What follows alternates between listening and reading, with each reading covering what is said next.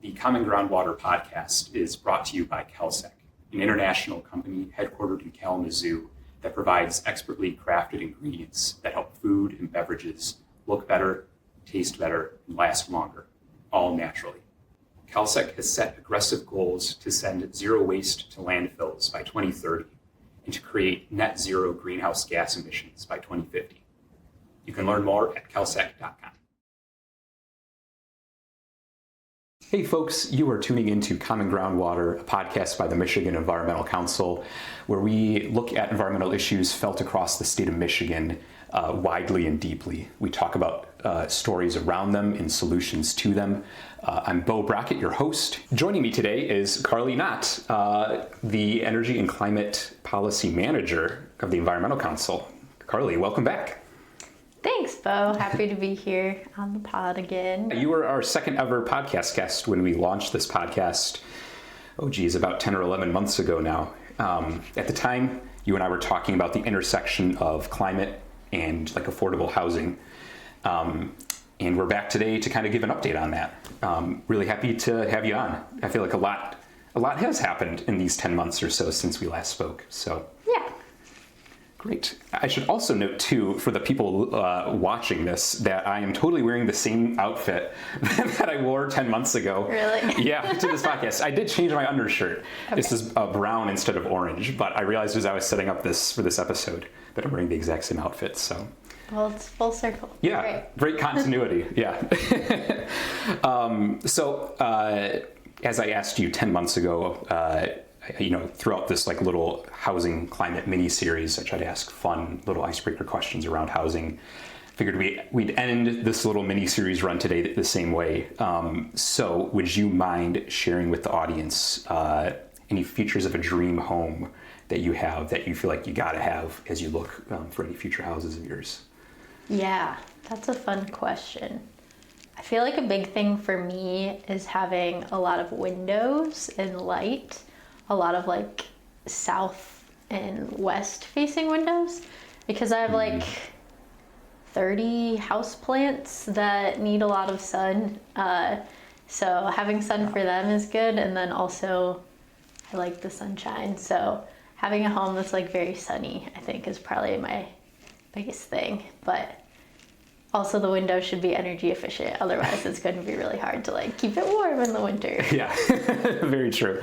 And I take it west and south facing are better for plants as a whole overall? Yeah, I think south is the best, but west is okay. Okay, yeah. Very cool.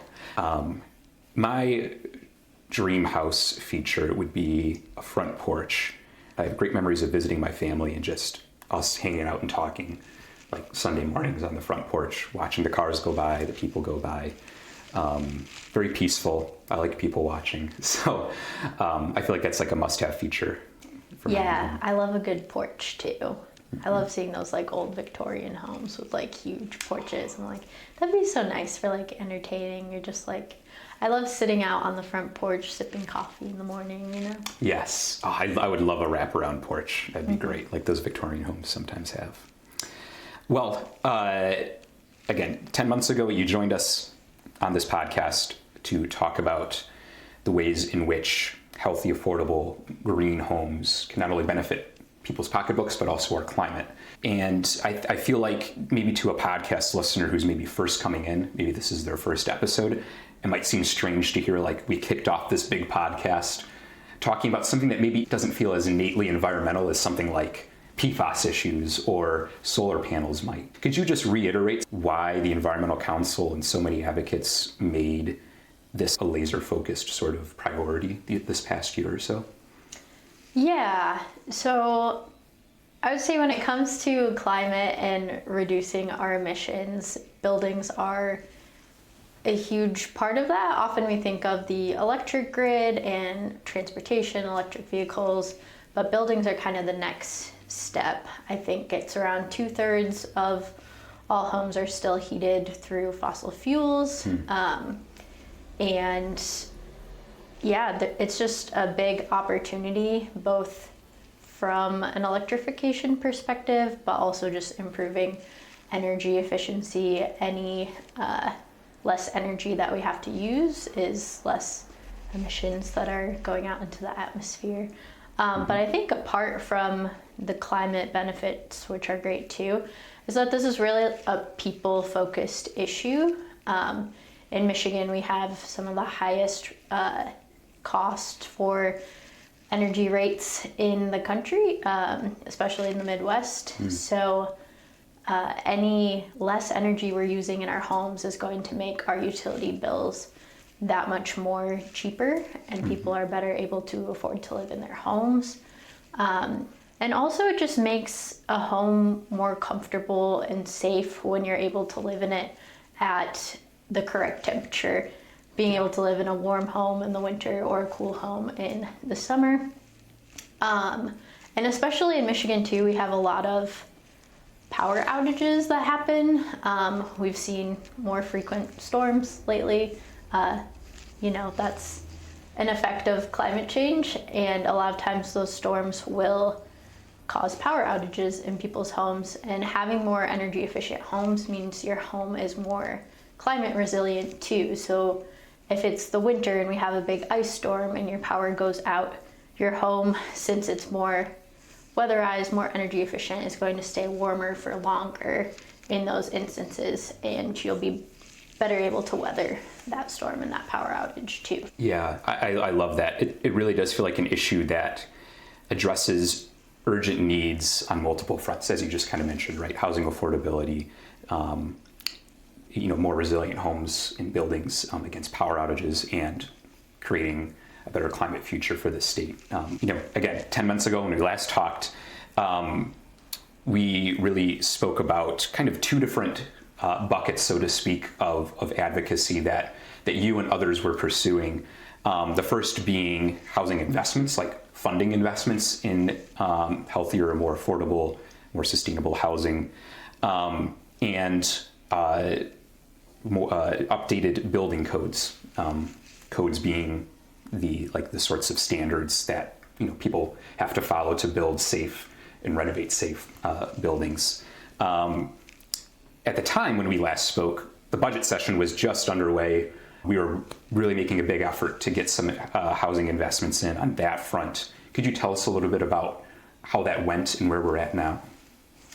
Yeah, for sure. I would say our efforts were good. The results were not great for last year's budget cycle. We had gotten $20 million for a whole home retrofit program into one of the budgets, into the Senate Leo sub appropriation budget. We did talk about that because I remember we had to explain all the intricacies of these sorts of committees and whatnot. There's so many committees. But we got it in at least one budget in one chamber, but unfortunately it ended up not coming out in the ultimate budget. It kind of got transformed into a broader housing fund, so they could use the money for energy efficiency, but it also went towards just making homes more affordable in general through new construction and like down payment assistance. We did get $5 million in the budget for pre-weatherization activities. So that's addressing health and safety issues, structural issues in homes, so that those homes aren't going to be deferred when they apply to assistance program, because there's like a hole in the wall or something that needs to be addressed first. They'll be able to fix those problems with that pre-weatherization money and then be able to access the weatherization assistance program. So that was kind of the one bright spot. We've seen since the pandemic, there had been a lot of federal funding coming into states, and that kind of started slowing down, and we kind of saw the effects of that in this past budget, I think, having less money for all of the priorities that we want to focus on. Because of the Inflation Reduction Act that was passed at the federal level, there are a lot of federal funding streams for this work, thankfully. Michigan has started implementing their home energy rebate program, which is actually two programs. One focuses on electrifying homes, one focuses on just improving the energy efficiency in homes. And these are for low-income homes where, you can't always afford the big upfront energy efficiency investment costs. Great. That's phenomenal. And I feel like, a lot of your budget work, again, as you said, didn't maybe turn out as planned, but it wasn't for lack of effort. You were co-organizing big coalitions of organizations and maybe even a few businesses mixed in, all kind of coming together around this effort to bring in more healthy, affordable, sustainable housing. And I feel like that effort alone, like those coalitions built, really, I think really got across, and hopefully got across to folks in the powers that be, that this issue is something that people want, and that there's like a big movement around too. Yeah, and I think there's always more education to be done, especially with our legislators, on the fact that energy efficiency is cost savings for everyone involved. It might cost a little bit more on the front end, but you quickly see those savings accrue year after year. So it's, really beneficial for the people of Michigan. Budget expectations were not maybe necessarily met. What we wanted, we did not fully achieve. But we did have like another approach, or I should say you and the advocates you were working with did have another approach to helping create the sort of housing that we're striving for, and that was through our building codes. Again, when we talked last, the effort was just getting underway for Michigan to update its building codes. I think it was literally almost in illegal compliance with its current building codes. They were so outdated, Michigan had to update them. And our approach was, well, if we're going to update them, let's make them include things that will make homes more energy efficient, more protected from the weather, things of that nature. How did all that effort pan out for us? Yeah, so I feel like that's a long story. So Michigan has been operating off of a weakened International 2015 energy code since that code was adopted. And by statute, Michigan has to update the codes at least every 6 years. So we started that process on the 2021 international codes back in 2021. And here we are in 2025. We managed to adopt the commercial 2021 energy codes, which is great. So normally we're talking about home repair and kind of upgrading existing housing in Michigan. This is kind of the flip side of that, focusing on new construction. Mm-hmm. So we have new commercial construction codes for energy, so that when they're building new businesses, they have to comply with the newer standards around energy efficiency. Also, one of the facets included in the 2021 code that Michigan has adopted is solar readiness. You don't have to change the building plans at all, but if a building that's already being built has a roof that is like facing the right direction and would be well situated for solar, the new code says that they have to include some of those enabling upgrades on the roof, so that if they do choose to buy solar panels later on, it's easy to install those and they don't have to do a bunch of expensive enabling upgrades. So that's really great. Yeah. So commercial codes passed. The residential codes, though, for homes that we all live in did not pass. And that's not the fault of advocates. I feel like we had really good advocacy on this issue. It's kind of like a case study for getting a lot of environmental organizations and other partners to come together and advocate for those codes to be adopted. Ultimately, it's up to the decision of the stakeholders. We can advocate all we want, but sometimes advocacy doesn't pan out. So that process is kind of continuing into this year. Gotcha. Yeah, unfortunately, it seemed like that side of the code's work was a victim of some of this, what we'd call like lame duck legislating. We're at the tail end of the year after the elections. Folks were scrambling to get legislation passed. That kind of sparked an anti-passage sort of movement within the legislature, where roadblocks were created that prevented a lot of legislation from passing. And that was one of the victims, so to speak. Yeah, I get it too. There was a lot going on with the legislators during lame duck, a lot of personalities, a lot of bills. The Senate ended up, I think, having a record-breaking 36 hours or some crazy session. So the legislators were under a lot of pressure doing a lot of work. So building codes may not have been at the top of their mind. For sure.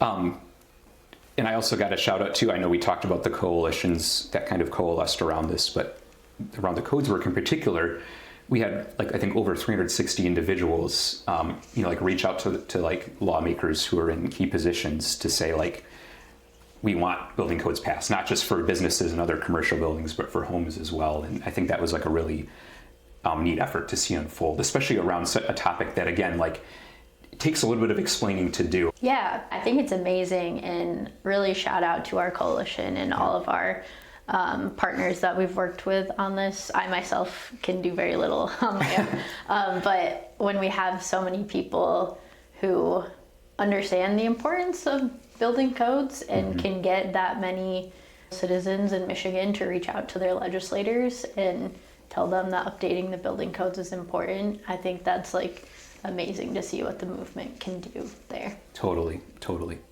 Well, speaking of movement, last question I have for you. I'm curious if you could maybe do a little bit of prognostication to our audience. Where do you hope the advocacy effort goes in the months ahead? Are there any game plans sort of being formed or already in effect? Yeah, I think on the two things that we talked about, just final update on the building codes. The residential codes have been resubmitted to the Joint Committee on Administrative Rules.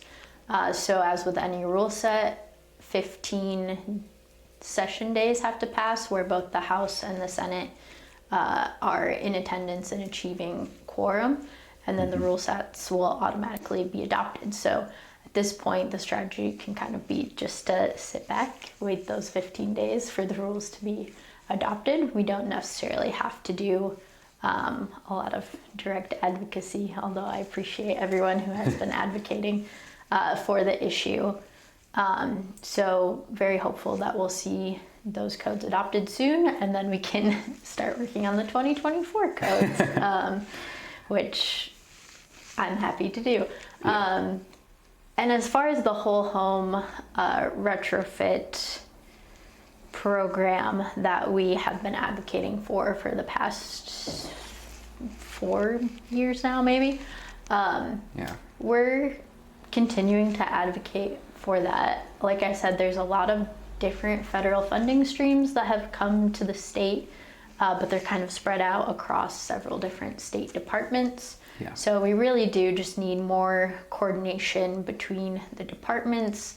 We need some sort of state navigator program so that when a person living in a low income community is I am struggling with my utility bills, the windows are just leaking air nonstop in the winter, what can I do?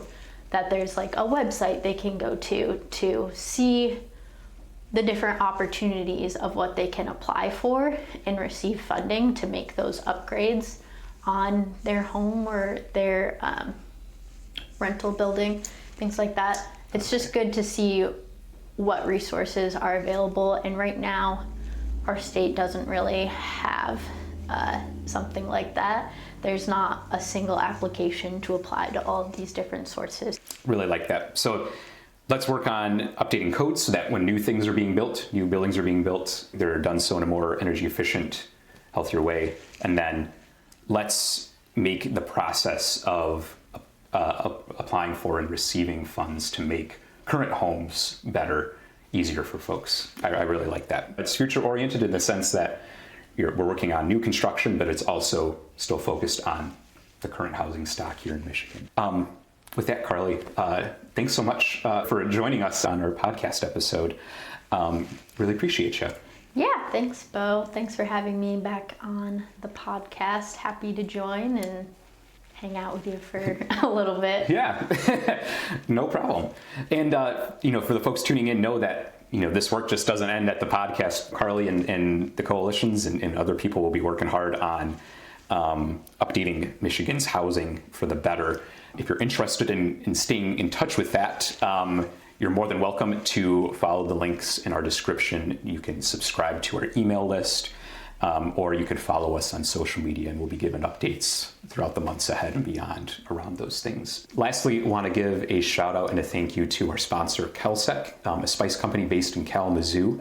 They are a B corporation, which means that they are grounded in a lot of sustainability requirements for their company, which I think fits perfectly with the topic we're talking about today. With that, folks in the audience, thanks for tuning in, and I hope to see you soon.